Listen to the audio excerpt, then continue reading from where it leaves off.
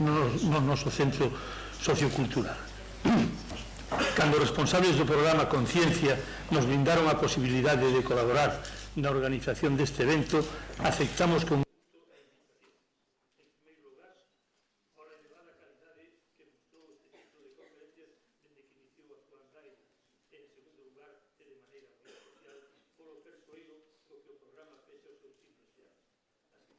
os meus máis sinceros parabéns ao Consorcio de Santiago e á Universidade por esta iniciativa no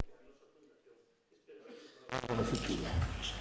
Lóxicamente, como dixen antes, non me corresponde a min glosar a trayectoria do profesor John Nash.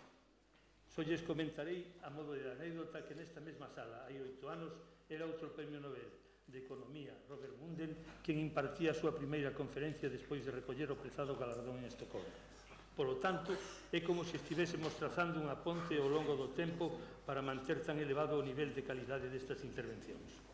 Remato reiterando, dende o máis profundo respecto intelectual, o noso agradecemento ao profesor Nash e a súa familia pola deferencia que supón a súa presencia en Santiago de Compostela e a oportunidade de escoitar as súas palabras na nosa fundación. Moitas gracias.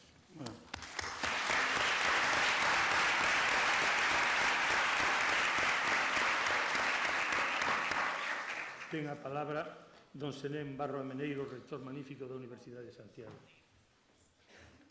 Gracias, señor. Mala cosa. Bueno, veño forte hoxe. Moitas gracias, señor presidente de Caixa Galicia, señor alcalde, grazas ao coordinador do programa Conciencia, o profesor Jorge Mira, o que será o presentador deste conferenciante, tamén o enlace co profesor Nash, o profesor tamén da USC Nieto, e, por suposto, ao noso ilustre, moi esperado, porque xa levábamos tempo tratando de traer aquí ao profesor Nash, e finalmente lle agradecemos, porque realmente somos conscientes do esforzo importante que supuxo para ele, para a súa familia, estar aquí con nós. Teño que ser moi breve, lóxicamente por respecto a quen está nesta mesa e a todos vostedes, pero me gustaría dicir 3 cuestións. Unha, decir que o programa Conciencia naceu hai 2 anos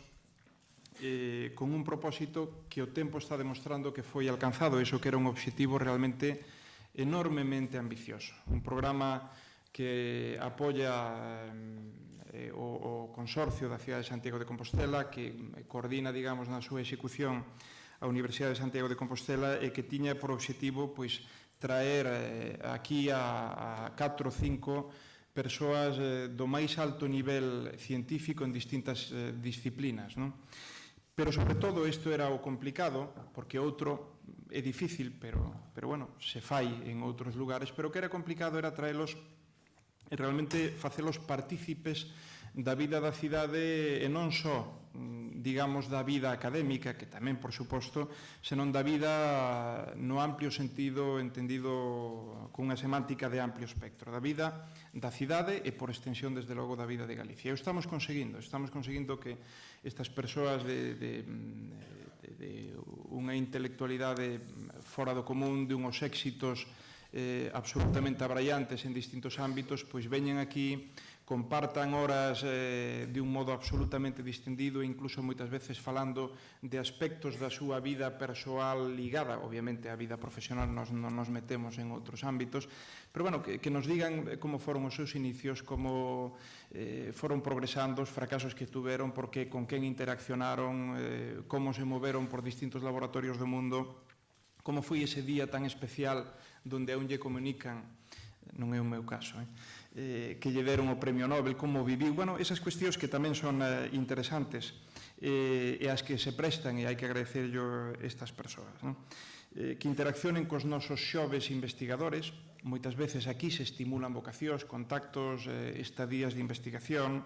en fin, se reorientan os pensamentos do ámbito científico, tecnolóxico, onde cada quen traballa.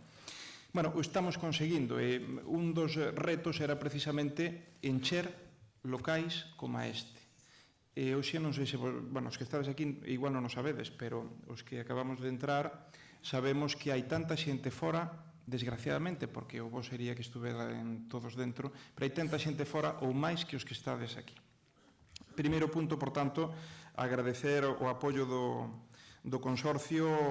e celebrar e felicitarnos mutuamente deste éxito. En este caso, ademais, temos que engadir a Fundación Caixa Galicia, que efectivamente en este evento singular, e seguro que haberá outros, pois mostrou desde o principio un apoio rotundo. Eso nos facilitou tamén a posibilidade de traer a John Nash aquí. Pero xa para rematar, quería dicirles algo que lle acabo de dicir, espero que non lle incomode, a Alicia, a muller de Nash. Lle acabo de dicir no despacho que acaban de estar os dous ali. Realmente supoño que ninguén pon en dúbida que temos hoxe aquí unha mente maravillosa, non? Como decía a película. Pero tamén como nos pon en evidencia a película, que en boa parte no que agora vou a facer referencia é certo, o que realmente temos é unha muller maravillosa. Entón eu pediría un aplauso sobre todo para ela.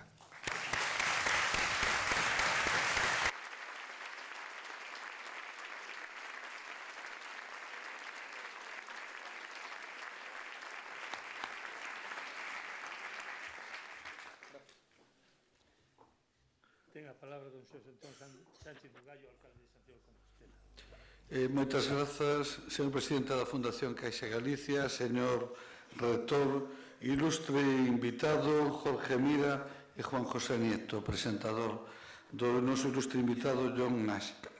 E queridas amigas e amigos, a verdade é que para nós é unha gran satisfacción por partida doble. O primeiro é que na nosa ciudad era a honra de recibir en este caso o profesor John Nash, pero ao longo destes 2 últimos anos no que se desenvolveu o programa Conciencia a un bon número das, digamos, primeiras intelixencias do mundo que máis desenvolveron determinados ámbitos. En concreto, se mal non me lembro, figuran 6 ou 7 premios Nobel das 8 figuras invitadas ao longo destes 2 anos.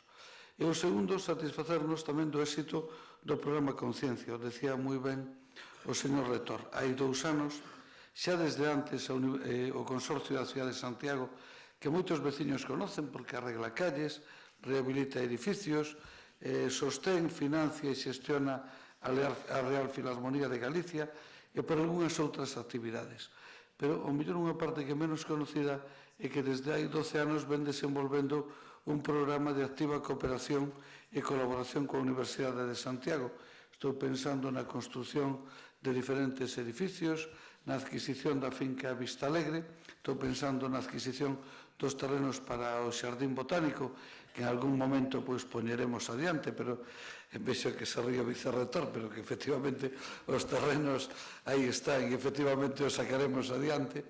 Non hai que perder a confianza en ese tema. E hai un par de anos nos plantexamos, seguindo unha idea da universidade, o facer un programa que tiña como obxecto traer xustamente as principales referencias mundiales no ámbito da investigación e do desenvolvemento científico e, ademais, que tuveran algún tipo de relación cos programas, proxectos que se estaban desenvolvendo na propia Universidade de Santiago. É dicir, non se trataba de traer, por entendernos, unha figura que fora premio Nobel, que podía estar ben, sino que ademais tenía que haber unha relación, fose en materia de proxectos de investigación ou de formación ou de traballo conxunto con profesionales da Universidade de Santiago. Ese é o programa que con tanto acerto dirixeu Jorge Mira, e ven dirixindo Jorge Mira ao longo destes 2 anos, que fai que cada ano seleccionemos en 4 ámbitos as primeiras figuras a nivel mundial para que veñen a nosa ciudad, para que estén varios días con nos, para que compartan con nos, para que se reúnan cos equipos de investigación e de traballo e de docencia no seu ámbito, na propia universidade, e ao final culminan a súa visita o día previo a marcharse é un acto masivo e aberto ao conxunto da comunidade universitaria e ao conxunto da sociedade. Digo o día previo porque mañán espero que o profesor Nash e espero que a súa dona poidan visitar a catedral, que hoxe reclamaron que ainda non poideran ir a verla. Pois tamén eso forma parte do programa de visita, que conozan a nosa ciudade e que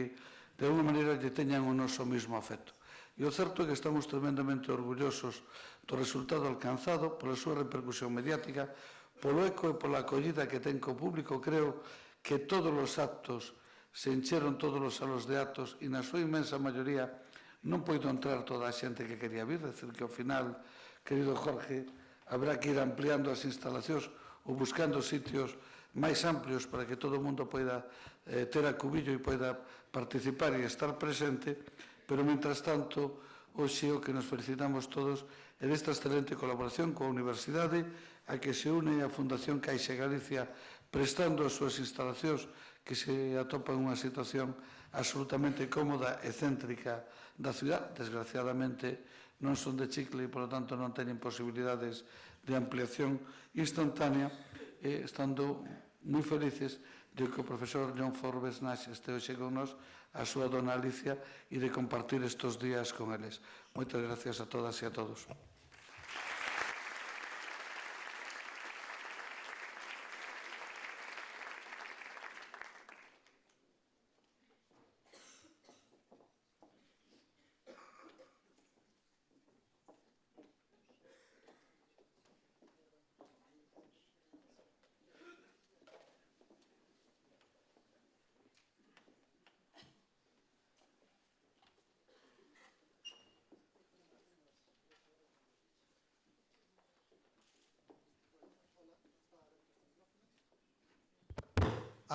Ahora sí. Ben,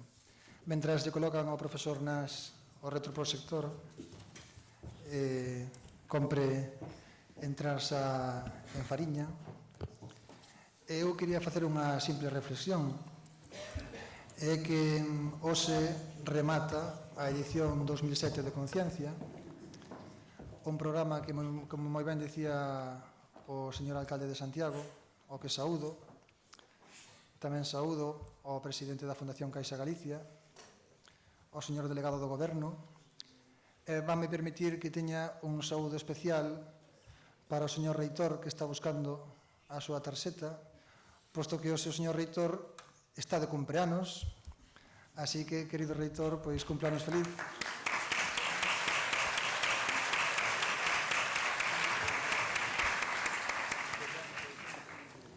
E dicía que cando se empezou a deseñar este programa, que buscaba ter un feito diferencial con respecto a outros programas de divulgación,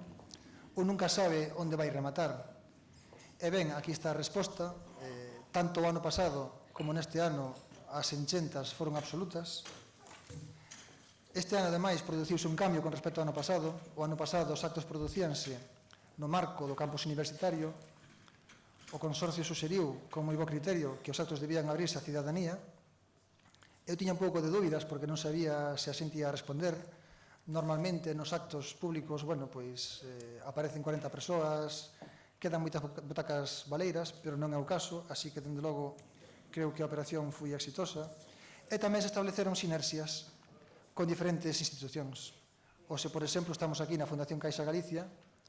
que é unha institución que nos está prestando o seu apoio bastante forte. Eu confío,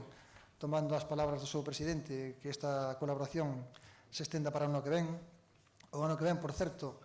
o programa abrirá un excelente oncólogo, Harold Barmus, Premio Nobel de Medicina,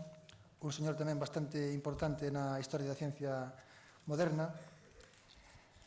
E teño que tamén que dicirvos que hoxe non estamos sós, porque tamén temos que saudar a xente das universidades de Vigo e da Coruña, que nos están seguindo por videoconferencia, o cal demostra que este programa medra día a día. Quero rematar dando as grazas ás persoas que fan que isto sexa posible. En primeiro lugar, como non, ao Consorcio de Santiago, na persoa do seu presidente, o señor alcalde, lóxicamente a Universidade de Santiago de Compostela, que xunto co Consorcio foi a xeneradora da idea,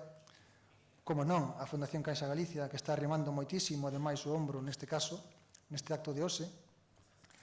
E quería ter unha palabra especial para Juan Nieto, que está ali á miña dereita. Juan, esta idea empezámola hai xa uns meses,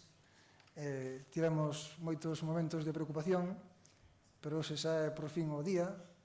e quero agradecerche especialmente o teu labor impagable, a túa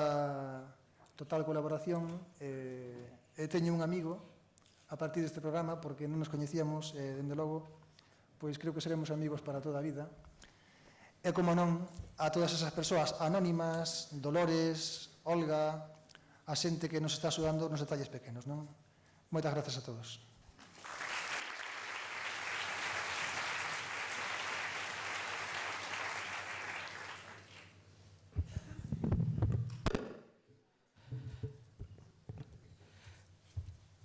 presidente de la Fundación Caixa Galicia, rector, alcalde, querido Jorge, amigos y amigas todos. Como todos sabemos, incluso por el anuncio de la conferencia, el profesor Nas obtuvo el Premio Nobel de Economía en el año 1994 por sus contribuciones al análisis sobre el equilibrio en la teoría de los juegos no cooperativos. Demostró la existencia de lo que conocemos hoy en día como equilibrio de Nash. Este trabajo fue realizado antes de los 22 años y parte de él presentado como su tesis doctoral. Dicha tesis doctoral tenía solo 27 páginas, pero eran de una elegancia y precisión que daban claras muestras de su prodigiosa capacidad intelectual. Su teoría del equilibrio tiene, y estoy seguro que tendrá, porque estos días estamos descubriendo nuevas aplicaciones, numerosas aplicaciones y algunas de ellas insospechadas, tal y como ha reconocido el propio profesor Nash. Solo por citar una, destacaría por su relevancia su aplicación a la genética de poblaciones y a la biología evolutiva. Igual que para admirar nuestra querida Catedral de Santiago de Compostela no hace falta ser un experto en arte, ni para disfrutar de la música de Mozart, por ejemplo, hace falta ser un distinguido músico, creo que para disfrutar de las ideas del profesor Nash no hace falta ni ser matemático, ni economista, ni siquiera científico. Y ese es precisamente el objetivo del programa Conciencia. Algunas de las contribuciones del profesor Nash son verdaderas piezas maestras de la ciencia universal. La importancia del profesor Nash ha sido reconocida no solo por su premio Nobel en Economía, como ya recordé, sino por multitud de otros premios y distinciones, que por supuesto no voy a dar aquí una lista exhaustiva porque no tenemos mucho tiempo y quiero ser breve. Pero me gustaría señalar, y a título de ejemplo, dos. Recibió el premio von Neumann, y aquí podemos recordar que hace unas semanas nos visitó el profesor Peter Lachs en el mismo programa Conciencia. El profesor Peter Lachs nos habló sobre von Neumann y su época, y a von Neumann lo podemos considerar como el padre de la teoría de juegos y de la computación moderna. También ha recibido el premio Leroy Steele de la Sociedad Americana de Matemáticas por su contribución fundamental a un problema matemático que no voy ni siquiera a mencionar,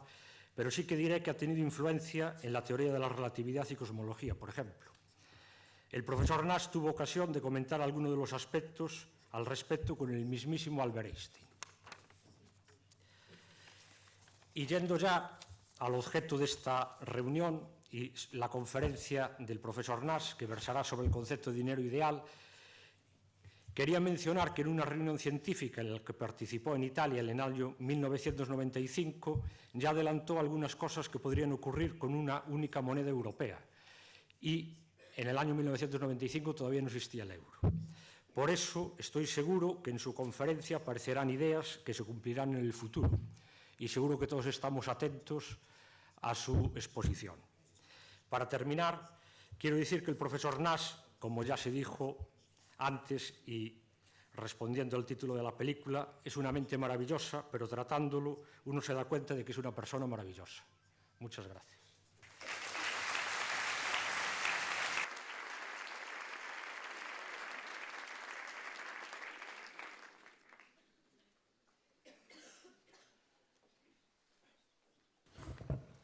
Well, I'm going to stand. I will be standing to present this material. I apologize that I must speak in English, and this is also in English, but if you can see it, you will be able to read it rather than to hear it, and it is easier to read something like, I can read Spanish or French and German, but I can't speak them.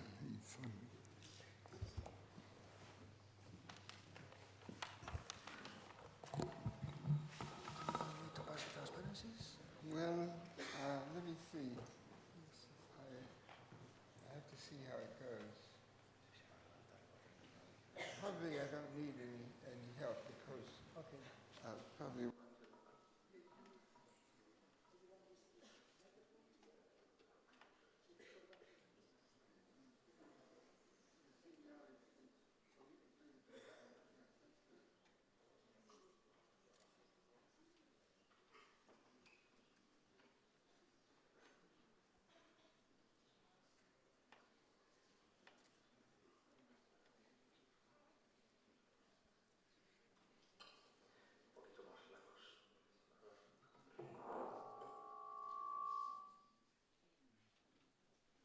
it's not covering the whole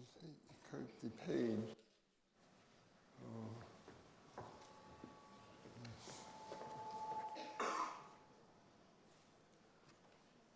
Mike, I need to go up.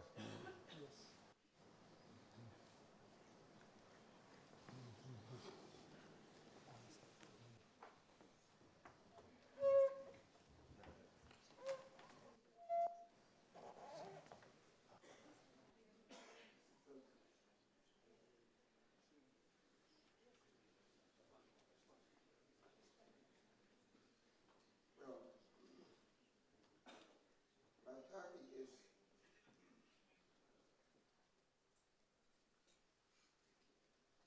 ideal money and asymptotically ideal money.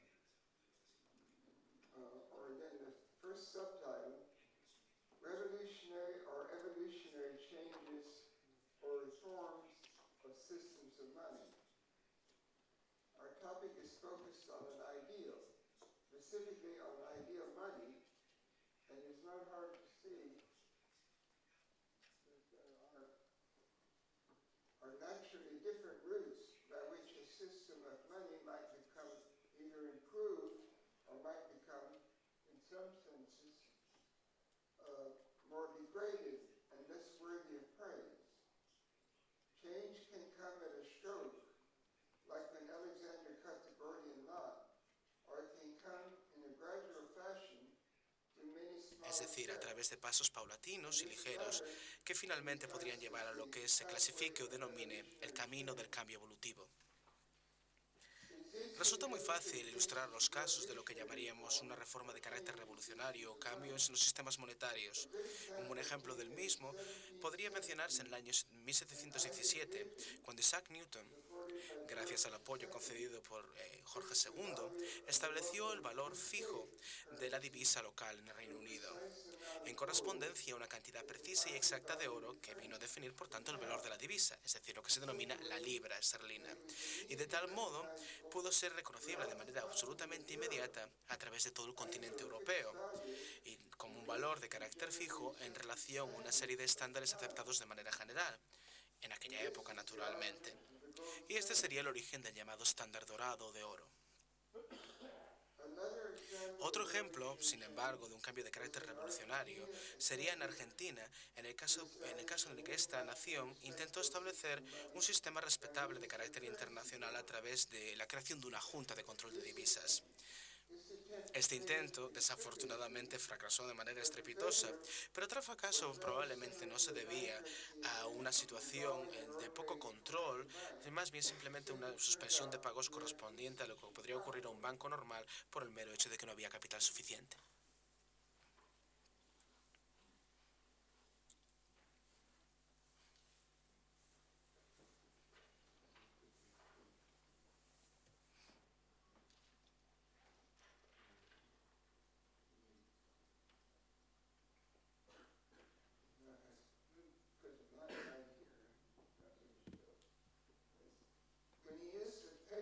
Cuando el uso del papel y de la imprenta fue desarrollado en la China,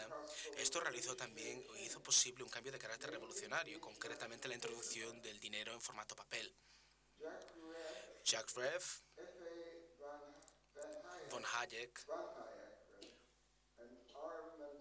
y el profesor Armandel, que concretamente estuvo aquí hace no demasiado tiempo, son estudiosos y economistas muy importantes que contribuyeron de manera muy concreta al desarrollo de teorías sobre los sistemas monetarios y cómo estos podrían verse mejorados a través de una manera totalmente revolucionaria. Por ejemplo, ha habido una mejoría bastante significativa en la calidad aparentemente percibida desde el punto de vista internacional del dinero empleado en diferentes países como por ejemplo Italia o Grecia, simplemente debido al hecho de que han pasado por esta especie de transición de carácter revolucionario que consistió en renunciar al uso de la lira o del dracma en el caso de Grecia y aceptar el uso de una unidad establecida de manera novedosa e innovadora, es decir, el euro. Vamos a hablar ahora de cambios evolutivos y también de enseñanzas de carácter relevante.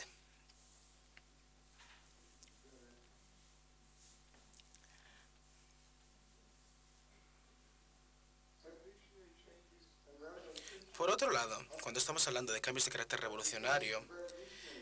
y estamos hablando, por tanto, de este tipo de cambios, a medida tenemos la posibilidad de que un sistema monetario puede ir mejorando gradualmente en calidad a través de una serie de circunstancias accidentales, como por ejemplo una balanza comercial muy favorable,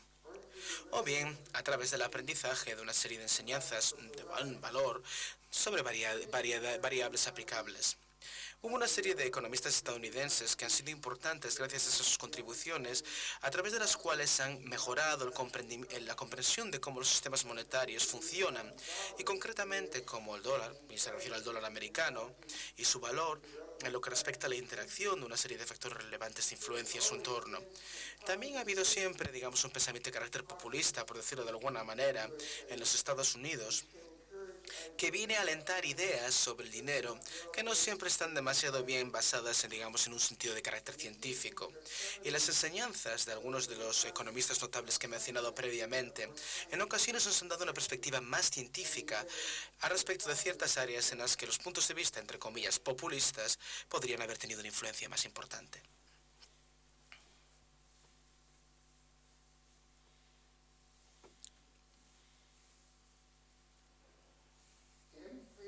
De hecho, Milton Friedman, que ha fallecido recientemente, adquirió fama a través de la enseñanza de la conexión que existía entre la disponibilidad de dinero, de divisas, y su valor propiamente dicho en el mercado. Desde el punto de vista retrospectivo, parece que su teoría era bastante elemental, pero sin embargo, Friedman era un profesor que fue capaz de reenseñar a los economistas americanos el concepto clásico de la ley de la oferta y la demanda. Y esto naturalmente en relación con el dinero. El concepto de la inflación Nash fue introducido recientemente para describir, con tal efecto no por mi propia persona, sino por otras personas que consideraron oportuno realizarlo, para poder describir lo que yo podría denominar una inflación de carácter no cooperativa, dado que la idea esencial que subyace al propio nombre del proceso es que cuando el conjunto de usuarios de un determinado tipo de perfil de divisa de carácter nacional, como por ejemplo el dólar estadounidense, funcionan como jugadores involucrados en un determinado juego y buscan en un juego reconocido la optimización de sus recursos en conformidad con sus intereses económicos individuales y separados, el resultado natural va a ser la inflación, independientemente del hecho de que las autoridades bancarias, de la hacienda pública o monetarias participen directamente para facilitar la disponibilidad de crédito, o de manera más general, tal vez, para crear una serie de objetivos que sean más o menos favorecidos por puntos de vista keynesianos. El resultado de la inflación, en realidad, es un fenómeno de carácter perfectamente natural, y la historia viene a revelar claramente cómo estas consecuencias de la inflación se aplican de manera general. Además, también podemos percibir en muchas ocasiones que la comprensión de los efectos del comportamiento totalmente descontrolado de los diferentes usuarios del dinero nacional es una categoría de descripción en la cual las contribuciones más importantes de una serie de economistas americanos han sido incluidas y podrían ser incluidas, de hecho, de manera perfectamente natural, sin mayor artificio. Por ejemplo, Robert Lucas puede mencionarse como una de las personas más importantes que introdujo la frase expectativas racionales. Y esto es aplicable a cómo los usuarios de una divisa nacional podrían pensar en un momento determinado. Es decir, cómo el valor de una divisa nacional puede esperarse, o qué tipo de funcionamiento puede tener, cómo podría comportarse y cómo nosotros, o concretamente yo, podríamos actuar de manera práctica en nuestro propio interés, nuestro interés egoísta, y cómo considerar esto desde el punto de vista racional. Esto naturalmente crea una perspectiva que pone a los usuarios en la posición de jugadores y por tanto participan en un juego en el que reconocen sus oportunidades y también llevan a cabo acciones y elecciones basadas en su propio interés.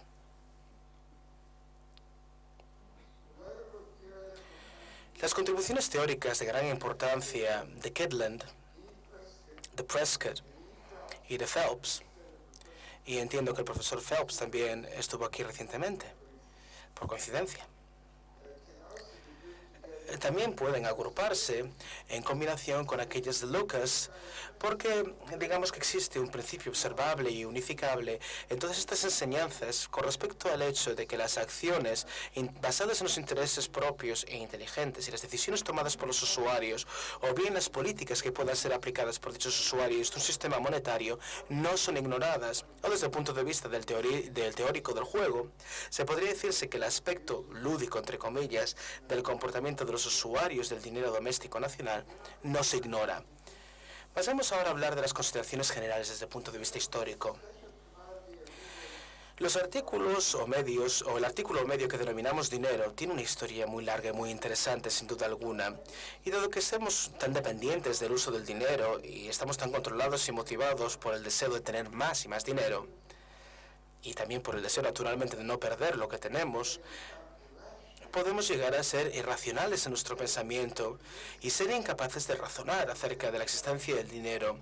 como si, por ejemplo, fuera algo análogo a la tecnología, como por ejemplo la radio, que puede utilizarse con mayor o menor eficacia. Así que presentamos el argumento de que en varios, digamos, intereses y grupos, que incluyen, por ejemplo, los economistas keynesianos, han vendido al público, entre comillas, digamos, una cuasi doctrina que enseña, efectivamente, que menos es más. O en otras palabras, que el dinero malo es siempre mejor que el dinero bueno. Aquí, por ejemplo, podemos recordar el dicho perteneciente a la economía clásica, que es la ley de Gresham, que establecía que el dinero malo de alguna manera aleja la posibilidad de alcanzar el bueno. Y este dicho de Gresham es muy interesante porque viene a ilustrar el concepto clásico o el concepto antiguo de lo que es el dinero malo, entre comillas, y esto podría ser contrastado al mismo tiempo con actitudes más recientes que en gran medida han venido a ser influenciadas por el punto de vista keynesiano y naturalmente han tenido resultados sobre la influencia que ejercen en las políticas gubernamentales desde los años 30 del siglo pasado.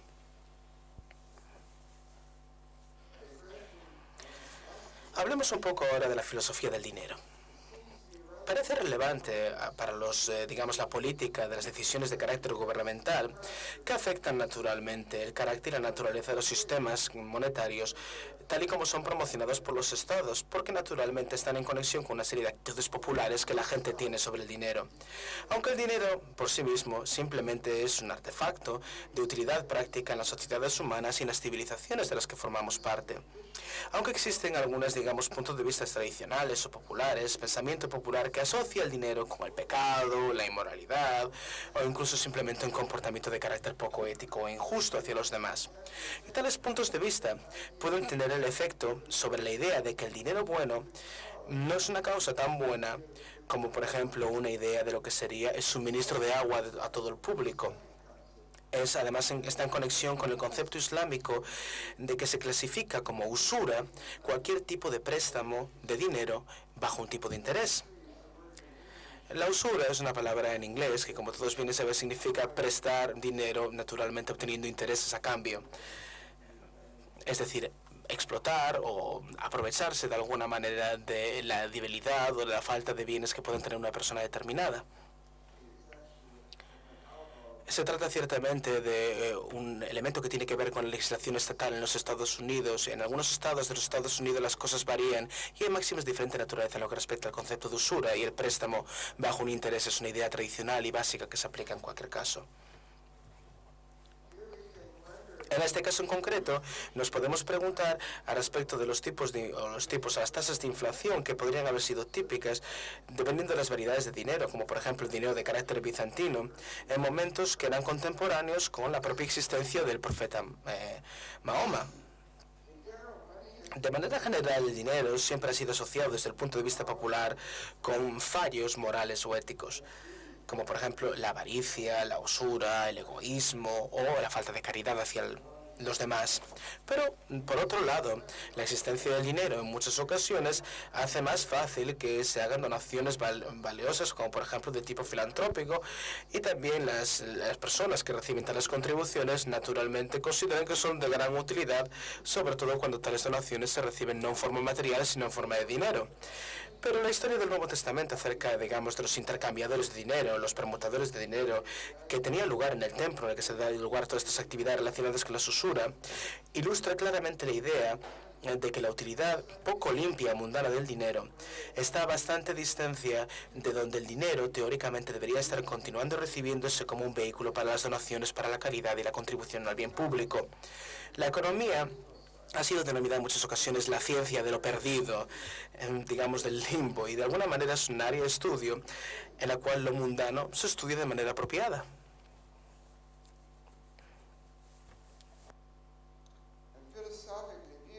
Y desde el punto de vista filosófico, el dinero existe única y exclusivamente porque la humanidad no vive bajo las condiciones del jardín del Edén. Y por tanto hay especialización de las funciones laborales. Así que siempre estamos intercambiando, permutando, a través de las transferencias monetarias, los diferentes frutos de nuestras diferentes formas de actividades laborales. Hablemos de la economía del bienestar, un tema relacionado que no podemos considerar completamente en solamente unos cuantos párrafos. Es que los esfuerzos que deben realizarse por parte de los estados nacionales y de la sociedad en general para tratar y abordar el tema de la equidad social y las preocupaciones en lo que respecta al tema del bienestar económico son lo más importante que deberíamos tener en cuenta. Y aquí el punto de vista clave es de tipo metodológico.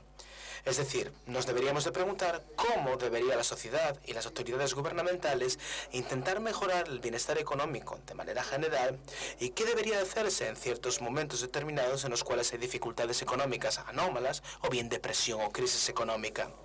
No podemos analizarlo en profundidad, como es lógico, pero lo que sentimos es que hay acciones que se comprenden perfectamente porque están diseñadas para el propósito de alcanzar un bienestar social y por tanto un resultado que sea beneficioso para todos. Y los problemas particulares como por ejemplo las compensaciones de desempleo, los subsidios de desempleo que naturalmente tienen una estructura lógica y que pueden operar en proporción a las necesidades económicas de la sociedad. Es una función de carácter automático que regula nuestra sociedad. Y los proyectos de obras públicas naturalmente permiten a las personas que tienen más dinero que paguen sus impuestos para poder así proporcionar trabajos a los obreros y esto naturalmente produce al mismo tiempo obras de carácter valioso siempre que los proyectos se planifiquen adecuadamente. Hablemos ahora del dinero, de la utilidad y la teoría del juego. En el tipo de teoría de juego que es estudiada y aplicada por los economistas, el concepto de utilidad es extremadamente fundamental y esencial. Von Neumann y Mogensen dieron un tratamiento muy completo y exhaustivo de la utilidad en su propio libro.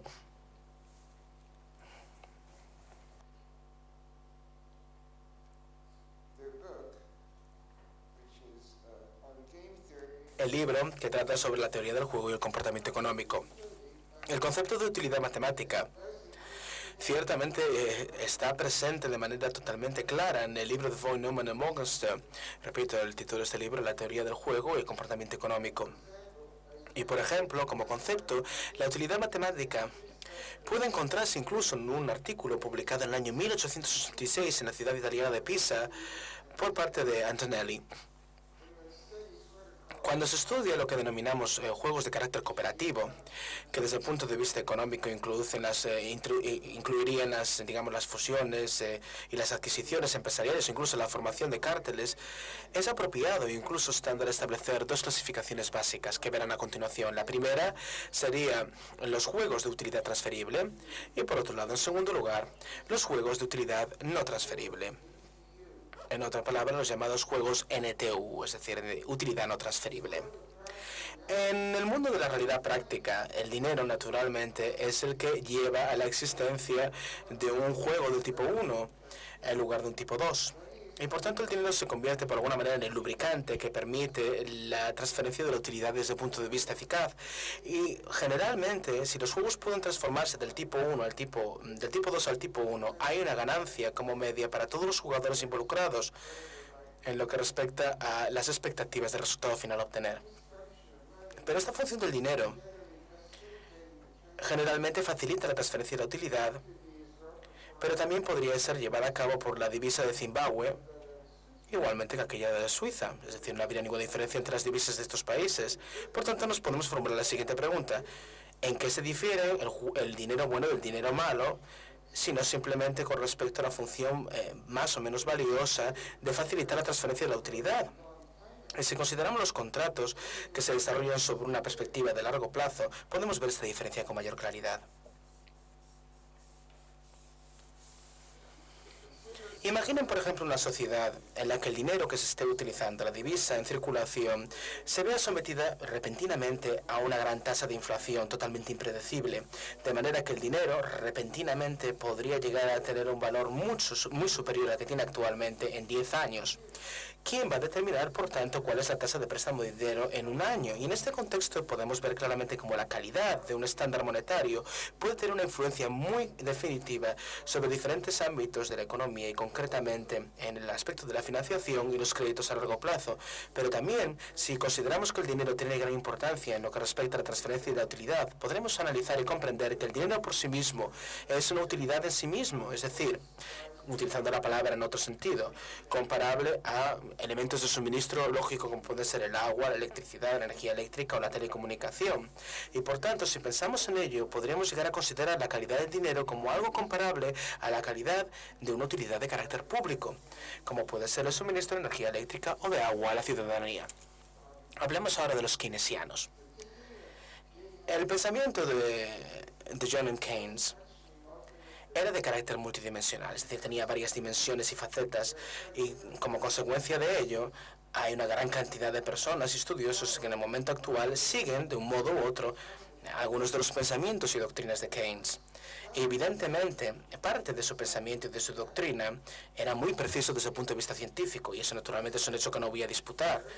Por ejemplo, uno de los primeros libros publicado por Keynes era un texto de carácter matemático denominado El Tratado de la Probabilidad.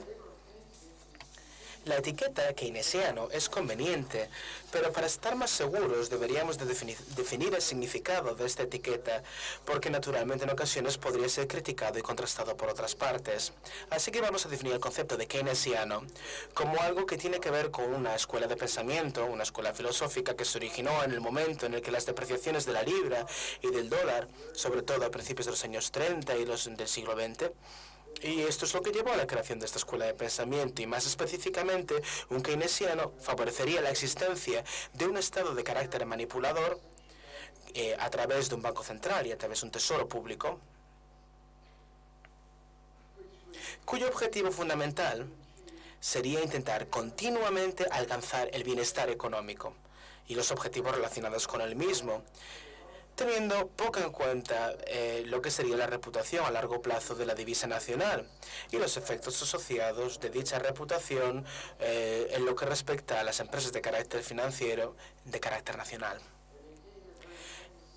Y sin duda hay una de las frases más conocidas de Keynes que sería la siguiente: a largo plazo todos vamos a acabar muertos. Hagamos ahora una pequeña crítica de la ciencia de los keynesianos. Es difícil realizar una crítica constructiva o no de este tipo de conocimiento, porque la mayor parte de la investigación científica en la economía americana o estadounidense desde los años 30 ha estado centrada sobre todo en un ámbito de estudio denominado macroeconomía. Y la mayor parte de estos estudios, o la mayor parte de este trabajo, era naturalmente orientación keynesiana. Creo que hay una buena analogía en lo que respecta a las teorías matemáticas, como por ejemplo la teoría de los campos de clase. En el ámbito de la matemática, una serie de axiomas puede determinarse como, digamos, la base, y a continuación se puede establecer un área para trabajo o estudio de carácter teórico. Por ejemplo, si pensamos en una serie de axiomas que se especifica y acepta, podemos desarrollar una teoría de anillos. Y bien, si se establece otro conjunto de axiomas, podemos establecer las bases o, digamos, los cimientos de una teoría relacionada con los bucles de Muffen. Por tanto, desde el punto de vista crítico, la teoría de la macroeconomía, desde el punto de vista keynesiano, es muy similar a la teoría de la geometría del plano, sin naturalmente los axiomas euclídeos, que se podrían clasificar como, digamos, el postulado del paralelismo. Resulta muy interesante desde el punto de vista histórico que en la ciencia y en los desarrollos científicos que se desarrollaron antes del siglo XIX, en los cuales los matemáticos especulaban que este axioma o postulado no era realmente necesario, este axioma de carácter euclídeo. Y naturalmente, como bien sabrán, la geometría euclídea se originó en Grecia. Y por tanto, repito, este axioma o postulado no era necesario y que simplemente podría derivarse de otros tipos de axiomas. Así que pienso que la macroeconomía de los keynesianos viene a ser comparable en gran medida a un estudio de carácter científico de un ámbito de conocimiento matemático que se lleva a cabo sin o con, en este caso,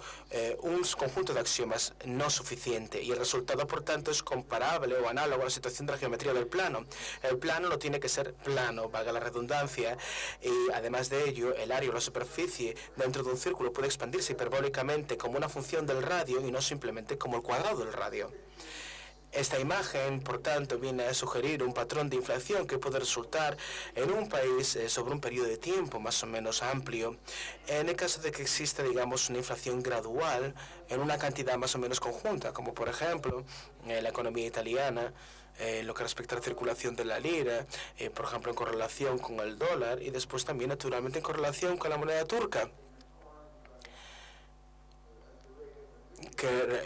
requirió también ciertos cambios significativos porque en correlación al dólar no tenía nada que hacer en el panorama internacional. Pero el axioma que falta aquí es simplemente un axioma que podemos aceptar, que sería el hecho de que el dinero que se pone en circulación por parte de las autoridades centrales tendría que ser manipulado para poder mantener a lo largo de periodos de tiempo más o menos largos un valor más o menos estable. En lugar de esto, lo que se puede observar en el contexto de la popularidad de las orientaciones de carácter keynesiano es que es poco deseable, o más bien absolutamente indeseable, que ocurra un periodo de deflación, es decir, en el que los salarios o los precios tengan que disminuir por cualquier motivo. Y por tanto, esta inflación de carácter continua sería una consecuencia aceptable y, por tanto, de cualquier tipo de consecuencia o acto que lleva a este tipo de deflación bajo las circunstancias de la gestión de un sistema monetario nacional. Pero si echamos la vista atrás, en el periodo de tiempo entre el año 1717 y el año 1931, el Banco de Inglaterra tuvo que operar y funcionar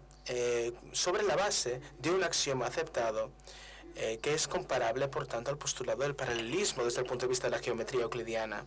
Y la teoría que podría aplicarse y derivarse de este hecho en la banca central de este país es que este axioma sobre el valor del dinero no es propiamente una teoría vacía o vacua de sentido, sino un ámbito de conocimiento que puede ser estudiado desde la llegada de los keynesianos en los años 30. Y otro aspecto importante de los keynesianos y de sus postulados científicos con lo que respecta a los temas científicos es que me parece, al menos a mí, que podría ser muy semejante a la escuela del conocimiento médico y orientado, por tanto, a procedimientos de carácter terapéutico. Pero frecuentemente, en la escuela de la práctica médica, repito, podría criticarse desde diferentes puntos de vista. Por ejemplo, ¿cuáles podrían ser las consecuencias a largo plazo de la aplicación continua de diferentes procedimientos terapéuticos? Imaginemos un ejemplo. Hace algunos años, no sé exactamente cuándo sería, pero por ejemplo había, digamos, las donaciones de sangre, que era algo muy poco popular, un procedimiento poco frecuente, y naturalmente hay una serie de enfermedades derivadas de la donación de sangre, como bien sabrán, enfermedades más o menos frecuentes. Pero hablemos ahora de la perspectiva de Maquiavelo. Un estudio serio de los fenómenos relacionados con la creación de divisas y de dinero en papel forma parte de las autoridades estatales y que no debería de considerarse completo sin la consideración del pensamiento de Maquiavelo, y concretamente de los juegos que se derivan de cualquier circunstancia en la que el nivel de calidad del dinero puede ser diferente a los diferentes tipos de personas involucradas que valoran la situación en cuestión. Y Maquiavelo ciertamente es un teórico del juego, no matemático, uno de los primeros que hubo, sin duda. De hecho, la creación de un curso legal sponsorizado por el Estado es comparable a la persona de el príncipe, no sé cuál es la pronunciación italiana de esta palabra, pero en cualquier caso, en la escritura de Maquiavelo, en su obra, aparece nominalmente este personaje, y el príncipe, desde el punto de vista de Maquiavelo, tiene un círculo de consejeros y de asesores, algunos de los cuales podría incluso determinarse como economistas o incluso macroeconomistas debido a su formación y conocimiento. Los consejeros del príncipe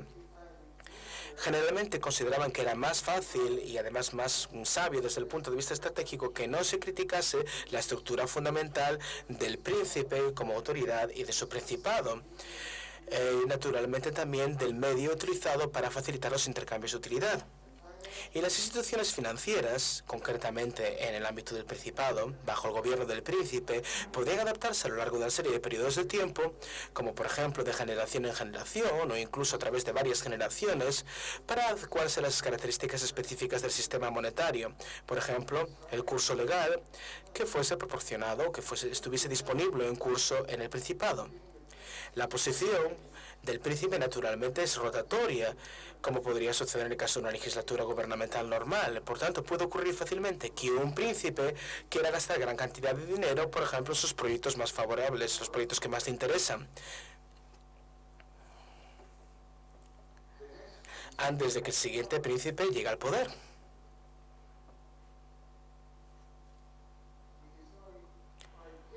Y naturalmente el siguiente príncipe va a tener un conocimiento diferente y va a tener una serie de preferencias diferentes. Y así, por ejemplo, puede variar la cantidad de dinero, la cantidad de impuestos disponibles a la ciudadanía. Y el príncipe actual podría verse en la situación de poder gastar dinero adicional sin tener que elevar los impuestos, porque sabe que se podría dejar esa carga a su sucesor. Y naturalmente también al gobierno encargado de la legislación dentro de este principado. Además, naturalmente, un príncipe puede pensar que si su sucesor llega a la conclusión de que el tesoro público no tiene demasiados recursos y que por tanto es necesario aumentar la cantidad de impuestos sobre la ciudadanía, el sucesor naturalmente va a verse desalentado a seguir gastando gran cantidad de dinero en las áreas que más le interesan, lo cual naturalmente no va a ser deseable desde el punto de vista del príncipe actual. Todo ello nos lleva a la conclusión de que si hablamos de los sistemas de base económica, por ejemplo, para los intercambios empresariales o laborales, hay múltiples ámbitos de deficiencia comparados con las posibilidades ideales que podrían imaginarse teniendo en cuenta, digamos, las bases o los fundamentos de una calidad más ideal de un sistema monetario. Y estos sistemas pueden persistir a lo largo de periodos de tiempo más o menos prolongados de una manera similar a la persistencia de sistemas de carácter político gubernamental que finalmente acaban por ser juzgados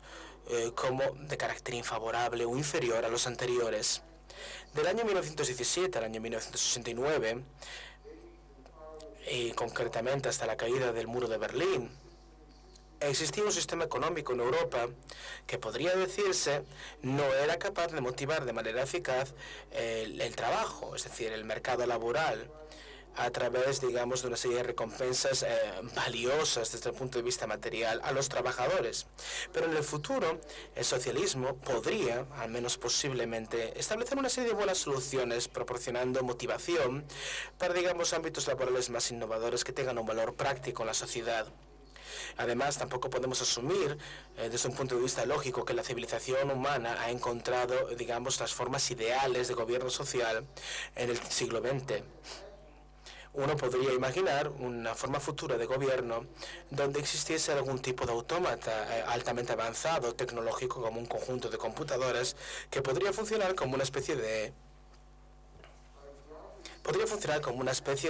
digamos, de gestor de la ciudad, con una participación humana, pero limitada en el gobierno, simplemente creando una especie de consejo de ciudadanía, una especie de ayuntamiento.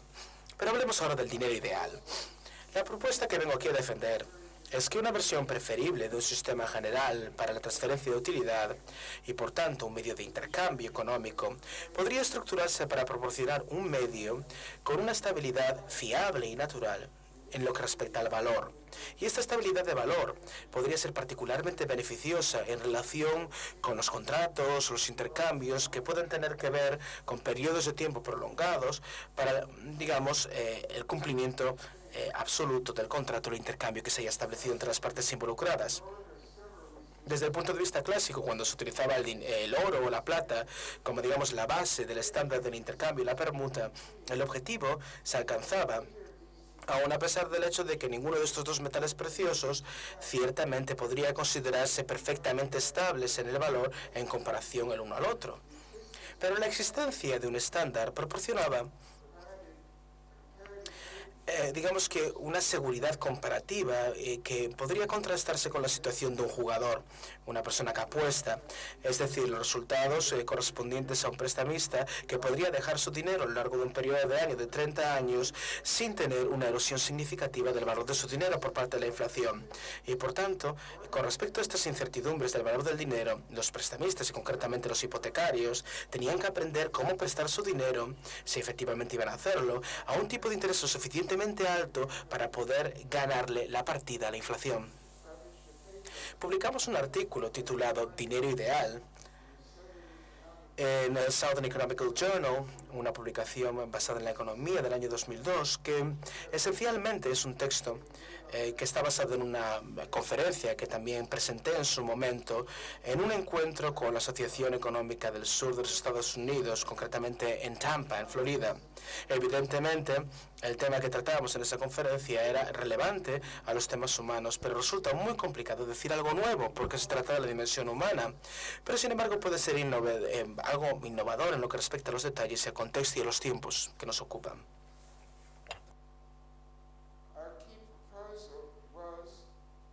Nuestra propuesta básica era, o es, que el índice que podría denominarse el ICPI, o en otras palabras, el índice de precios industriales al consumo, podría ser utilizado como la base para la estandarización del valor del dinero. Esta propuesta de que se establezca un índice basado en los precios internacionales de bienes específicos es una propuesta ciertamente interesante. Por ejemplo, estaría en relación con los precios de la plata o del cobre que vienen a ser registrados diariamente en Londres. Los artículos o las utilidades o servicios para los cuales podría establecerse precios internacionales y aplicarse a la creación de este índice de precios industriales al consumo, tendrían que elegirse con mucho cuidado y atención para evitar aquellos que, desde el punto de vista comparativo, tuviesen precios que cambiasen muy rápidamente. Sin embargo, la metodología aplicada a la construcción de dicho índice no puede especificarse en este momento en concreto, pero sí que podría mencionar que el problema de crear un índice adecuado es análogo o similar a la constitución de las medidas de los índices que se aplican, por ejemplo, a los precios de los bienes industriales o los transportes o las utilidades como, por ejemplo, el índice Dow Jones, que conocen perfectamente como una de las referencias más importantes de la Bolsa de Nueva York. Pero evidentemente uno no espera que la medida de un valor de una cesta de determinados valores o artículos pueda elevarse o aumentar en su precio a lo largo de los tiempos, como por ejemplo un valor del índice industrial del Dow Jones, que puede aumentar más o menos en el pasado. También hemos observado que hay un método de cálculo podría ser aplicado utilizando lo que serían medias, oscilantes o variables para poder alcanzar el valor monetario que se definiese de manera más o menos precisa y adecuada en adecuación con el paso del tiempo. Pero ahora me gustaría mencionar otra posibilidad que ha surgido gracias a las circunstancias actuales, que son relevantes en lo que respecta a las interacciones de carácter internacional de las diferentes divisas nacionales en el mercado internacional. Podría resultar muy difícil y además un proceso muy paulatino y farragoso establecer un sistema útil y práctico de convenciones como digamos un sistema métrico internacional de medidas de longitud, volumen y peso que todos conocen. Así que no podría esperarse claramente que la reforma o el progreso en este ámbito, en el sistema de los sistemas monetarios, se alcance con tanta facilidad. Va a ser un procedimiento más bien complejo. Hoy en día, sin embargo, vemos nuevos ámbitos de competencia entre las divisas internacionales de todo el mundo, dado que el euro naturalmente ha pasado a formar parte del panorama internacional y naturalmente se ha creado un clima psicológico en el cual trabajan los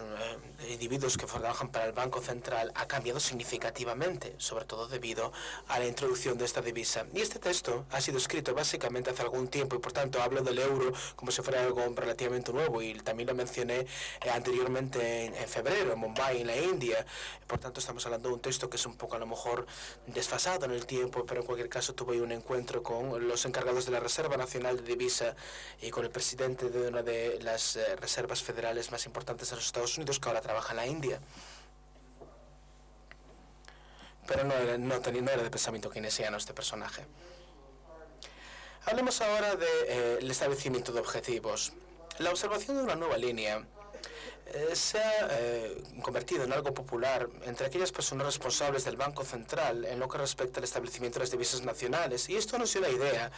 de la creación de dinero asintóticamente ideal. La idea parece un poco paradójica, la verdad, pero cuando hablamos del establecimiento de objetivos para la inflación, estos personajes que trabajaban y que eran responsables de la banca central vienen, en definitiva, vuelvo a repetir, esto puede resultar paradójico, pero el establecimiento de objetivos en lo que respecta a la inflación lleva a que los personajes involucrados en el proceso de la banca central confiesan ciertamente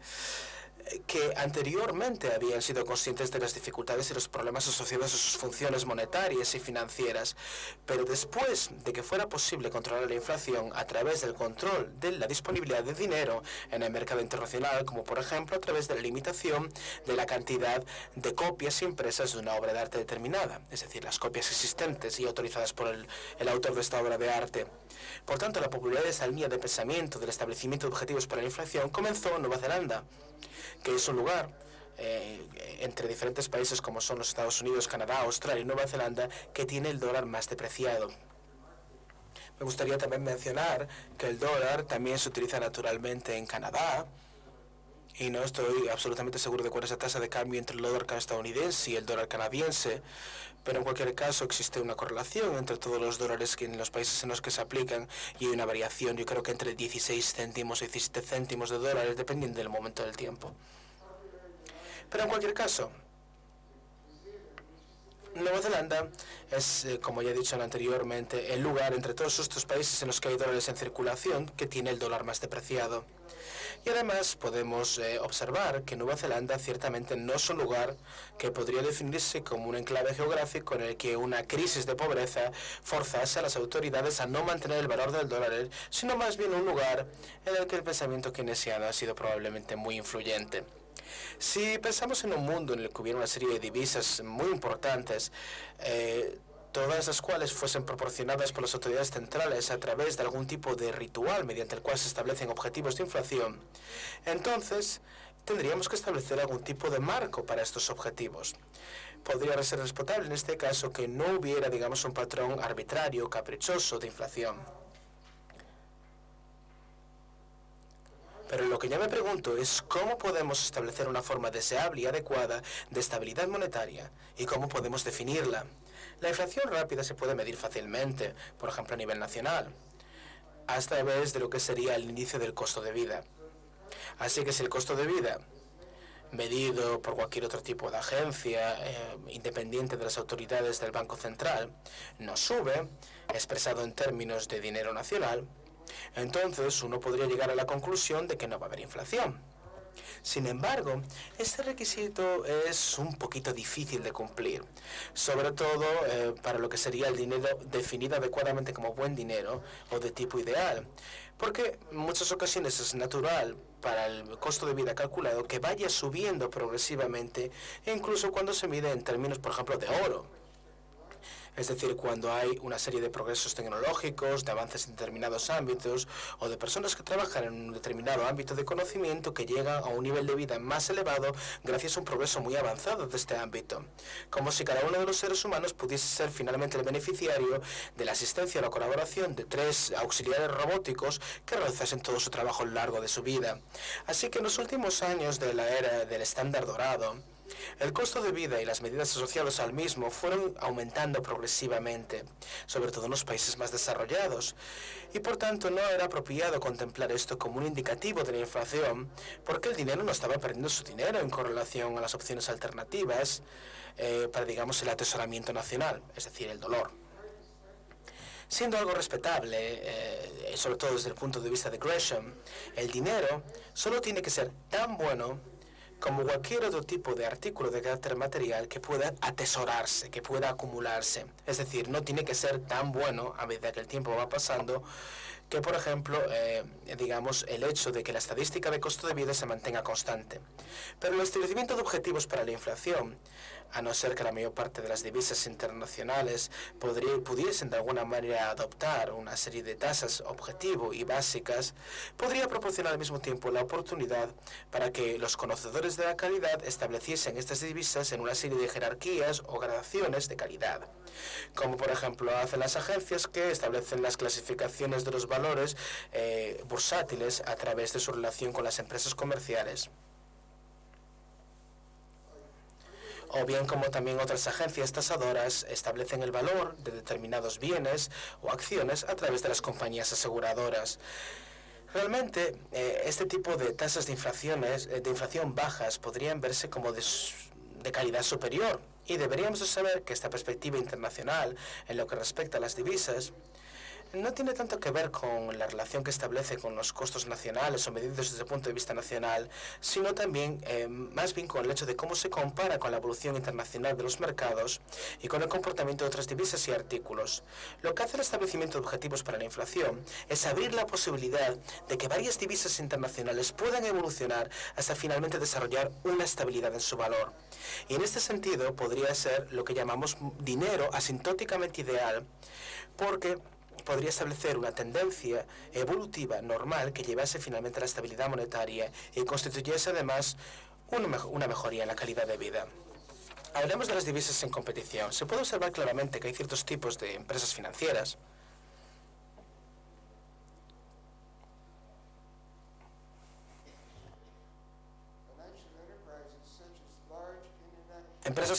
como por ejemplo las compañías aseguradoras que trabajan a nivel internacional, que tienden a migrar de sus mercados nacionales en los cuales las divisas nacionales tienen una calidad comparativamente superior, como por ejemplo en el caso de Suiza. En el futuro más cercano, puede ser que exista una serie de divisas importantes utilizadas en todo el mundo que puedan tener una relación competitiva entre ellas. Y por tanto, aquí tenemos el euro y también la tradición inflacionaria de la lira italiana, que ahora parecen haber quedado en el pasado, en la historia más remota. Y podrían introducirse, por ejemplo, una serie de divisas internacionales semejantes para, por ejemplo, el mundo islámico, o para el sudeste asiático, o incluso también para América Latina, o aquí y allá, en diferentes lugares del mundo. Y si el establecimiento de objetivos para la inflación se puede utilizar como una línea definitoria que los gestores puedan utilizar en todas estas divisas de carácter internacional e importantes en el mercado internacional, entonces este sería el momento en el que podría surgir una serie de posibilidades interesantes para la comparación entre estas divisas. Cada una de estas divisas podría ser gestionadas como si tuvieran un estado suficientemente reconocido a nivel internacional en lo que respecta a la inflación y también el índice doméstico del costo estatal de gestión de esta divisa. Pero al mismo tiempo, y esto es lo que es más significativo desde un punto de vista internacional, las diferentes divisas a las que me refiero podrían tener tasas de cambio, tipos de cambio, que podrían compararse de una manera realista en lo que respecta a su valor real. Y las diferentes divisas, en correlación con el establecimiento de objetivos para la inflación, podrían compararse por parte de los usuarios y observadores para formarse opiniones en lo que respecta a la calidad de estas divisas. Y lo que quiero sugerir con estas palabras es que el público, o en otras palabras los usuarios, es decir, aquellos para los cuales se establece un medio de intercambio como una utilidad básica, podrían desarrollar diferentes opiniones que sean críticas con respecto a divisas de menor valor o calidad de valor. Por tanto, esto podría llevar a que el público fuese más exigente en lo que respecta a una calidad o un patrón de calidad, y al mismo tiempo que se establecen mecanismos de gestión para esta calidad en diferentes divisas de carácter nacional, especialmente como ya se pudo ver históricamente en el siglo XX. Así que nos podemos imaginar cuál es la posibilidad evolutiva de lo que llamamos dinero asintóticamente ideal. Si comenzamos, por ejemplo, con la idea de la estabilización del valor de una divisa en correlación con el índice de precios nacionales, hay una asociación lógica en lo que respecta al territorio nacional, y las divisas están siendo comparadas, como por ejemplo ahora ocurre con el euro, el dólar, el yen, la libra, el franco suizo, la corona sueca, y todas ellas en definitiva pueden analizarse con gran capacidad de crítica por parte de los usuarios, determinando si son útiles o no, o de calidad o no. y esto naturalmente podría ser un elemento de gran presión en lo que respecta al establecimiento de patrones de calidad y también en lo que respecta a las tasas de depreciación inflacionaria. Ilustrando este tipo de elecciones óptimas por parte del público, es decir, los usuarios del dinero, los habitantes de Suecia recientemente tuvieron la oportunidad de votar en referéndum si querían que Suecia formase parte de la eurodivisa y, por tanto, sustituir la corona sueca con el euro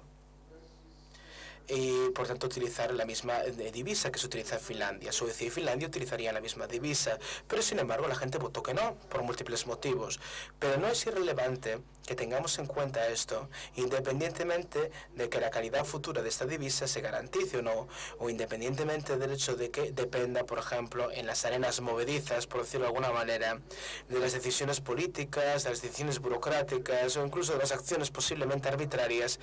que se han llevado a cabo por los, digamos, el cuerpo burocrático. Los votantes del Reino Unido también podrán tener la oportunidad en el futuro de votar en un referéndum en lo que respecta a la adopción para el Reino Unido del euro, el cual ya ha sido adoptado por parte de Irlanda. Y ahí ciertamente tienen un conflicto dramático abierto, porque la libra era la divisa original para el estándar de oro, es decir, un valor asociado al oro en el año 1717 por parte de Isaac Newton, que en aquella época era el jefe principal de una asociación llamada The Mint, una asociación financiera. En años más recientes, la libra ha tenido, digamos, un comportamiento bueno desde el punto de vista comparativo y en correlación a la inflación, pero también inferior al franco suizo, pero superior al mismo tiempo también a otras divisas internacionales. Así que los ciudadanos británicos tienen la alternativa de aceptar la adopción del euro con una votación de este referéndum, o bien retrasarlo o simplemente no quererla nunca. Pero nos preguntamos legítimamente si la adopción o no del euro por parte de las políticas que están en funcionamiento para controlar el valor de intercambio real, el valor de cambio real del euro, la estructura constitucional de la autoridad que subyace al euro como divisa, es de un carácter asociado con el dinero papel, el papel moneda, y por tanto nada se puede garantizar con lo que respecta al valor del euro, pero eso es algo muy típico de nuestras divisas, sobre todo en el mundo en el que vivimos hoy en día. Evidentemente, cuando una divisa durante un determinado momento en el tiempo tiene una especificación con respecto a su valor, más allá de algo que simplemente dependa en, digamos, la ley de la oferta y la demanda, como por ejemplo el dinero fiat o el dinero que Argentina tuvo que pagar a los Estados Unidos para establecer una correlación con el dólar americano, podemos observar desde el punto de vista internacional que existe una falta de confianza en lo que respecta a la posibilidad futura de la estabilización de este valor. Tales formas de definición del valor monetario no son necesariamente poco lógicas o estables, especialmente cuando hablamos de una economía a pequeña escala como aquella de Panamá. Conecta su divisa con una de una zona mucho más amplia e importante como puede ser el caso de los Estados Unidos. Pero sí resulta obvio al mismo tiempo que la carga paradójica sobre los fundamentos, sobre la base de esta divisa, podría utilizarse como una referencia. Por ejemplo, si todo tipo de países no europeos decidiesen repentinamente definir los valores de sus divisas en correlación con el euro,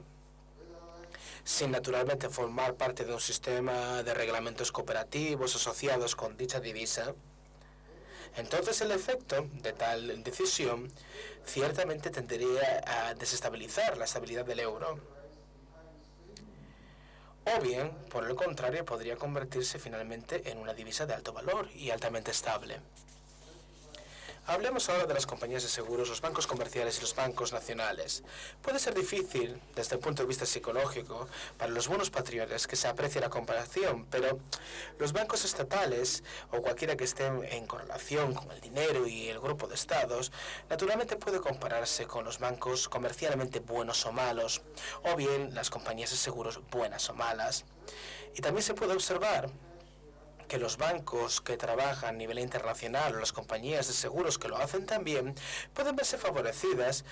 por el hecho de que se basen en lugares en los que el valor del dinero convencional sea de una calidad más elevada. Y el mismo principio se aplica también a los negocios de los bancos de inversiones, lo cual naturalmente es una función especial y diferenciada de los bancos comerciales y otras compañías de índole financiero.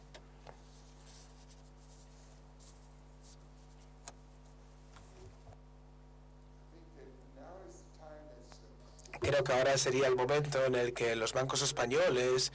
podrían fusionarse para crear, digamos, una serie de operadores de carácter internacional. Es decir, podría haber una serie de eventos nacionales y de fusiones bancarias que permitiesen el acceso a mercados internacionales más allá del ámbito europeo.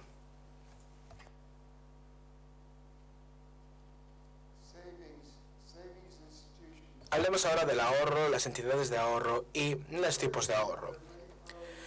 Otro ámbito en el que la calidad del dinero es muy relevante es en correlación con la capacidad de ahorro. Es decir, ¿cómo es posible que se comporten las personas que toman decisiones de manera individual en lo que respecta a un comportamiento más vilipendiador o más ahorrativo? Podría decirse que las clases más amplias, desde el punto de vista de los diferentes estratos de población diferenciados económicamente, podrían recurrir a tendencias más ahorrativas que no sean tan complejas en su naturaleza. Y si la calidad del dinero es realmente tan buena como cabría suponer, entonces pueden ahorrar el dinero simplemente en correlación con este medio habitual de intercambio como uno de los primeros pasos en el proceso de ahorro. Así que la existencia de buen dinero, entre comillas, podría promocionar o promover de manera natural al mismo tiempo un tipo o una velocidad de ahorro más elevada. La historia de los bancos de ahorro, las cajas de ahorro y las uniones de crédito viene a ilustrar una serie de desarrollos socioeconómicos que ocurrieron durante un periodo en el que había valores estables del dinero gracias al estándar dorado. Y esta era la época concretamente a la que nos referimos. Y por tanto, estas formas de instituciones financieras aparecieron en un clima de buen dinero, entre comillas, que naturalmente no evolucionarían hacia la situación actual, que sería la de un dinero más inestable. Pero el proceso de inversión capital a través del cual las empresas se pueden preparar para ser competitivas y para poder realizar productos que sean de éxito en el futuro, se relaciona, obviamente, con un proceso fácilmente reconocible como asociado con decisiones de ahorro por parte de los individuos, pero también por parte de las entidades domésticas. Y además, también podría ser algo paradójico, sobre todo cuando la velocidad de ahorro oficial o el tipo de ahorro oficial es bajo, porque en este caso no sabemos claramente cómo están ocurriendo los procesos de inversión. Y la verdad subyacente podría ser que la masa, el conjunto de ciudadanos de un Estado con una economía más o menos avanzada o aparentemente avanzada, podría compararse con la gente de un determinado ámbito en el que todavía se está desarrollando un sistema colonialista. Y esto naturalmente no es asociable con una fuerza preponderante e importante en relación con el avance y el progreso de la economía nacional.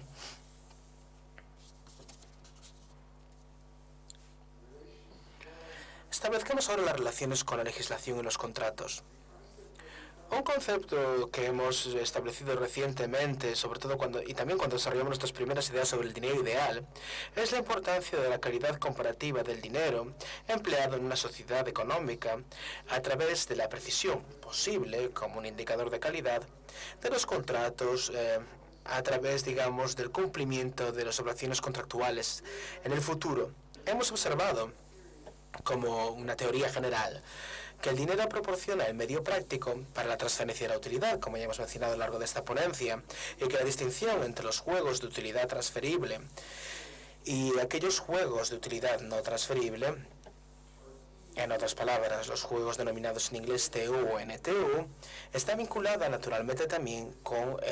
el hecho de que haya o no una disponibilidad de medios de transferencia monetaria para facilitar juegos cooperativos o una solución cooperativa desde este punto de vista, lo cual podría ser el caso simplemente de una apuesta.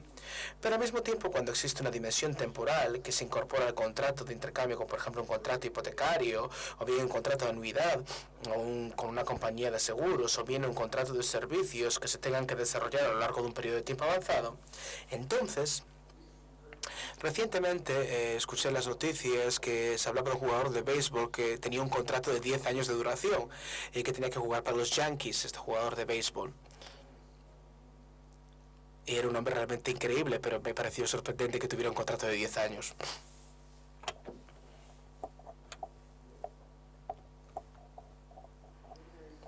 Bien, y como he mencionado, En este caso, la calidad de la unidad monetaria, en los términos en el que el contrato se establece o se redacta, hace una diferencia muy importante en lo que respecta al nivel de certidumbre o de seguridad de los términos contractuales. Y la incertidumbre es ciertamente el hecho que perturba la efectividad de un contrato y es comparable, por tanto, a este clima de falta de legislación, de falta de control legal, de descontrol, que hace que los contratos sean menos fiables. Y es razonable esperar que si la calidad de una divisa nacional es muy elevada en lo que respecta a la estabilidad y al valor de la unidad monetaria, entonces los tipos de interés sobre las hipotecas o bien sobre la deuda nacional podrían bajar comparativamente. Es decir, las expectativas racionales interactuarían en este caso con las opciones de inversión por parte de los banqueros que trabajan en el ámbito de inversión y el ámbito hipotecario. Si solamente hubiera, digamos, alternativa de dos tipos o variedades de dinero, de los cuales una se depreciase en valor en comparación con la otra a una velocidad constante, a un tipo constante, entonces podría ser razonable esperar que los tipos de interés reales, por ejemplo para las hipotecas, podrían ser los mismos independientemente del tipo de dinero que se fuese a emplear. Pero el patrón que se esperase cuando hay un dinero que decrece en valor en lo que tiene que ver con las medidas de valor real de dicha divisa, es que va a haber una devaluación continua y que va a ocurrir además a una velocidad no constante. Aquí tenemos, por ejemplo, el fenómeno de la llamada inflación por sorpresa, que ha sido discutida en múltiples ocasiones por los economistas, y este tipo de situación podría esperarse. Por tanto, cuando hablamos de esperado, esto naturalmente no tiene que ver con que sea una sorpresa, pero cuando las políticas keynesianas tienen un efecto tan importante sobre las expectativas racionales de la inflación, también eso tiene una correlación directa con el grado de dificultad para establecer y predecir de manera precisa y cuantitativa el movimiento inflacionario. Hablemos ahora de la evolución de los sistemas aduaneros y de las opiniones. En uno de los estados más importantes, de las democracias más importantes del mundo, es razonable decir que la gente tendría que, en principio, ser capaz de decidir sobre la forma de dinero, como si se tratase de una utilidad pública, que utilizasen en sus transacciones económicas, aun a pesar de que la mayor parte del dinero utilizado estaría lejos de las manos de la vasta mayoría de las personas de dicho país. Pero, desafortunadamente, la mayor parte de las personas vienen a ser representadas por los elegidos para tal función y, por tanto, no toman decisiones relevantes y desde un punto de vista directo. Por tanto, se convierte en una cuestión de preferencias importantes que lleve a que, por tanto, el dinero tenga diferentes características de calidad y, en principio, la gente podría llegar a exigir esto. Por ejemplo, antiguamente, en el caso del dracma en Grecia, ahora tenemos el euro en lugar de esta divisa. Y ahora parece ser que la gente está bastante contenta con el cambio, pero a lo mejor no es el caso de otros países europeos. Así que la calidad de este medio de intercambio, medios de intercambio que puedan utilizarse, se puede mejorar si tal mejoría es realmente deseada por parte del público.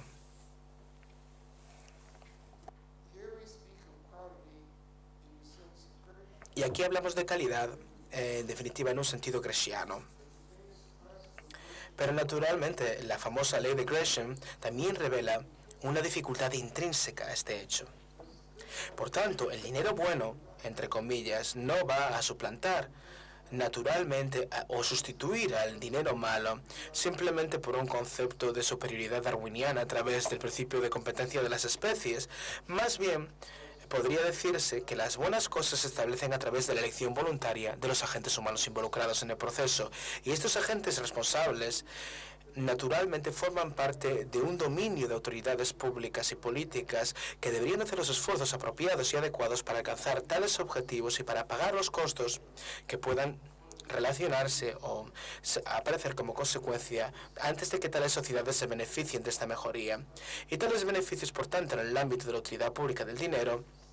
podrían interpretarse como un proceso de facilitación de la función teórica del juego como la transferencia de utilidad.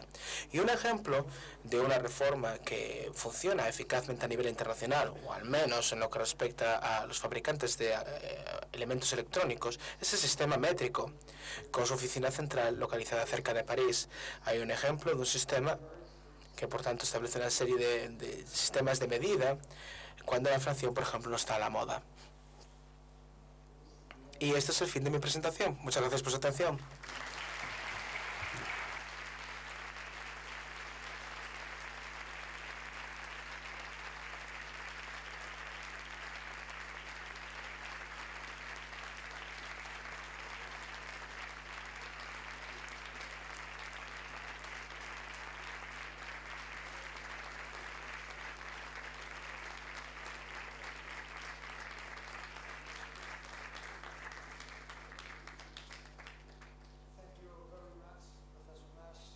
Muchísimas gracias, profesor Nash. Sé muy bien que ese es un esfuerzo muy especial e importante para poder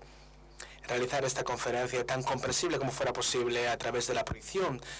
entre las transparencias.